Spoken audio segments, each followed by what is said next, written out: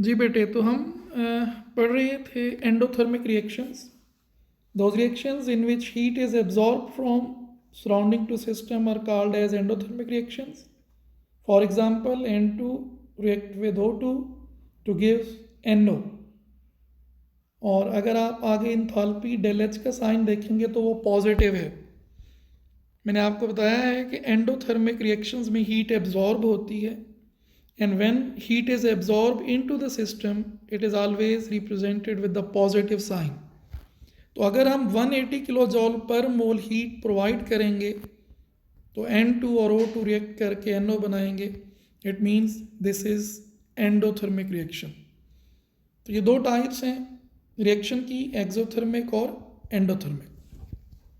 Next, एक बहुत important short question जो अक्सर बोर्ड पेपर का हिस्सा होता है, आता है बोर्ड पेपर में. Why scope of thermochemistry is limited.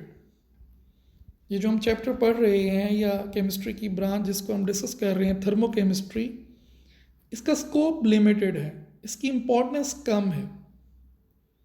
क्यों इसका स्कोप लिमिटेड है? तो उसके आंसर में हम बताते हैं, scope of thermochemistry is limited because it depends upon heat of reaction. पीछे पढ़ा है हमने, थर्मोकेमिस्ट्री हीट ऑफ रिएक्शन पे डिपेंड करती है. And there are only few reactions whose heat can be measured accurately, and there are lot of reactions whose heat of reaction cannot be measured accurately. Means जिस heat पर ये thermochemistry depend करती है, heat of reaction पर, बहुत सारे reaction ऐसे हैं जिनकी हीट ऑफ रिएक्शन को एक्यूरेटली मेजर ही नहीं किया जा सकता.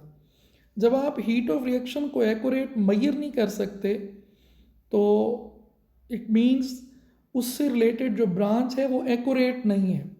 इट मीन्स जो वैल्यूज़ हैं थर्मोकेमिस्ट्री में उनको एक्यूरेट मेजर करना बहुत मुश्किल होता है. तो जब एक्यूरेट मेजरमेंट नहीं की जा सकती तो इसका मतलब ये है कि उनको आगे इम्प्लीमेंट भी नहीं किया जा सकता.